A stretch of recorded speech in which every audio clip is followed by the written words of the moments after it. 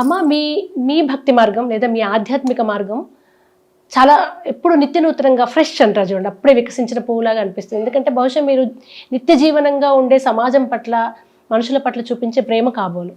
భక్తి, మానవ సేవ ఈ రెండింటిని మీరు ఒకటే అనే ఆలోచన ఎప్పుడు వచ్చింది? ఎలా వచ్చింది అది? చిన్నప్పటి నుంచి ఒక రకమైన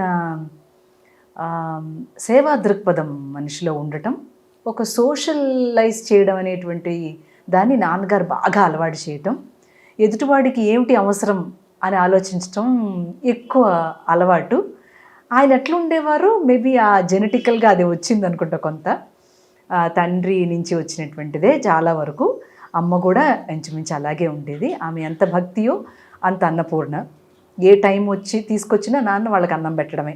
ఎందుకు ఈ టైంలో ఎలాగా ఏముంది అనే ప్రశ్నే ఏనాడు లేదు ఇంట్లో. అలా అలవాటైనటువంటిది. ఇదేదో ప్రత్యేకంగా నేర్చుకుంటే వచ్చేది కాదు, అది ఇన్బిల్టే భగవానుడు ఇస్తాడు. అంతకంటే మించి అమ్మ నాన్న ఎట్లయితే ప్రథమ గురువులో, జీవితంలో ఒక గురువు ఉండడం కూడా అంతే.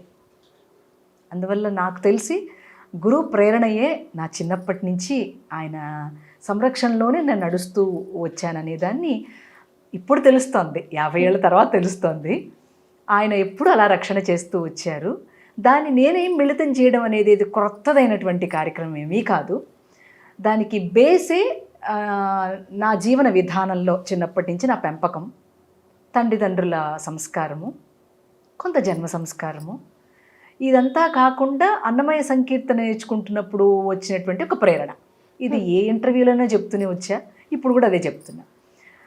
పరుల మనసునకు ఆపదలు కలుగగజేయ పరితాపకరమైన బ్రతుకేలా, సొరిది ఇతరుల మేలు సైపగలేక తిరుగుచుండడి కష్ట దేహమిది ఏడ. ఆధ్యాత్మం అంటే లేదా మెడిటేషన్ అంటే కూర్చుని గంటలు గంటలు కళ్ళు మూసుకుని కూర్చోవటం కాదు. అది కుదరదు, కుదిరే పనే కాదు అసలు. అది అసలు మెడిటేషనే కాదు.